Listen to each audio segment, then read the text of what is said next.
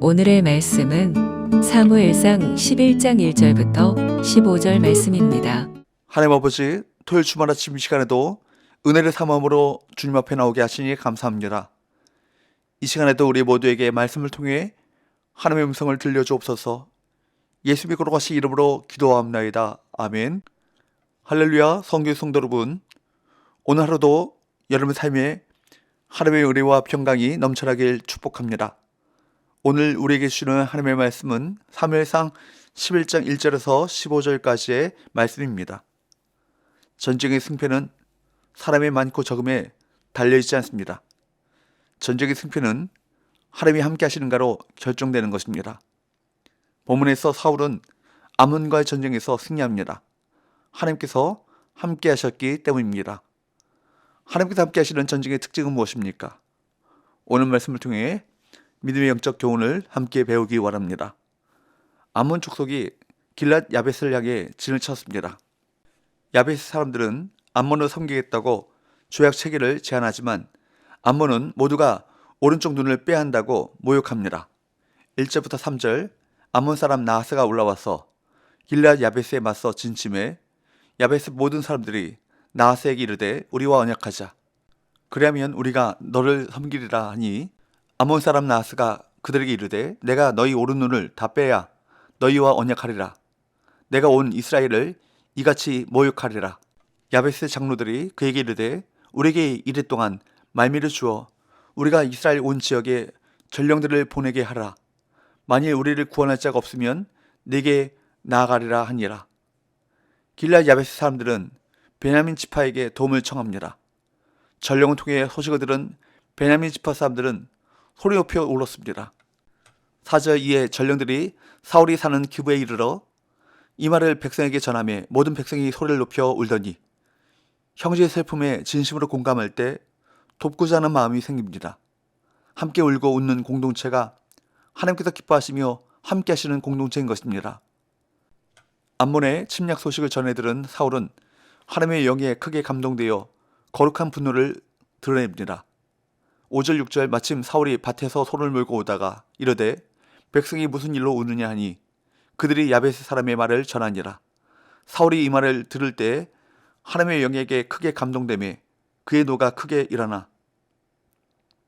사울의 분노는 당신의 백성을 사랑하시는 하나님의 분노입니다.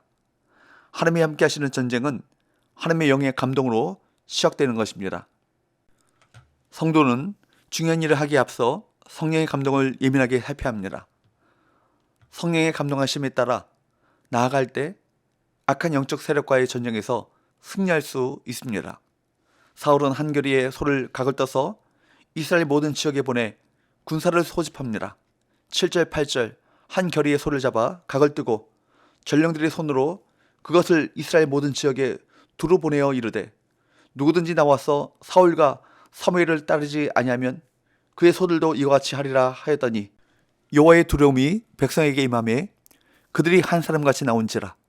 사울이 베색에서 그들의 수를 세어보니 이스라엘 자손이 30만 명이요 유다 사람이 3만 명이더라. 사울이 단호하게 나서자 여호와의 두려움이 백성에게 임해 한 사람같이 나왔습니다. 이스라엘 지파에서 30만 명, 유다 지파에서 3만 명이 모였습니다. 하나님께서는 당신의 뜻을 이루기 위해 나아갈 때 돕는 손길을 붙여주십니다. 하나님이 함께 하시면 사람들의 마음이 하나로 모입니다. 전쟁 준비를 마친 사울은 전령들을 통해 길랏 야벳 사람들에게 다음 날 구원받게 될 것이라고 전했습니다. 9절 10절을 보면 야벳 사람들은 아몬 사람들에게 다음 날 항복하겠다고 하면서 방심하게 만듭니다. 11절 이튿날 사울이 백성을 3대로 나누고 새벽에 적진 한가운데로 들어가서 날이 더울 때까지 암몬 사람들을 치매 남은 자가 다 흩어져서 돌도 함께 한 자가 없었더라. 이튿날 새벽 사울은 군사를 3대로 나눠서 적진 한가운데로 들어가 싸웠고 하나님께서는 그들 가운데 큰 승리를 주십니다. 암몬과의 전쟁은 시작부터 과정, 마지막 승리에 이르기까지 하나님께서 함께 하신 전쟁입니다. 그 결과는 당연히 큰 승리였습니다.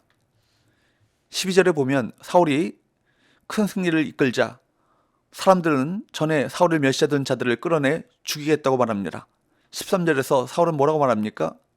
13절 사울이 이르되 이날에는 사람을 죽이지 못하리니 여호와께서 오늘 이스라엘 중에 구원을 베푸셨음이니라.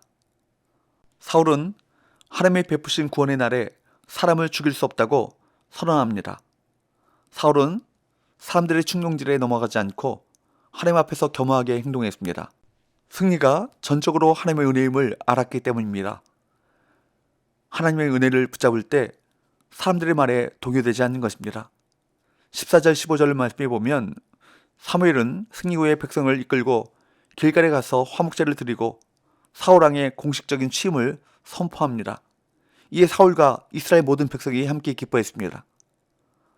사무엘은 전쟁의 승리를 하나님 앞에서 온 백성이 기뻐하는 축제로 이어지게 했습니다.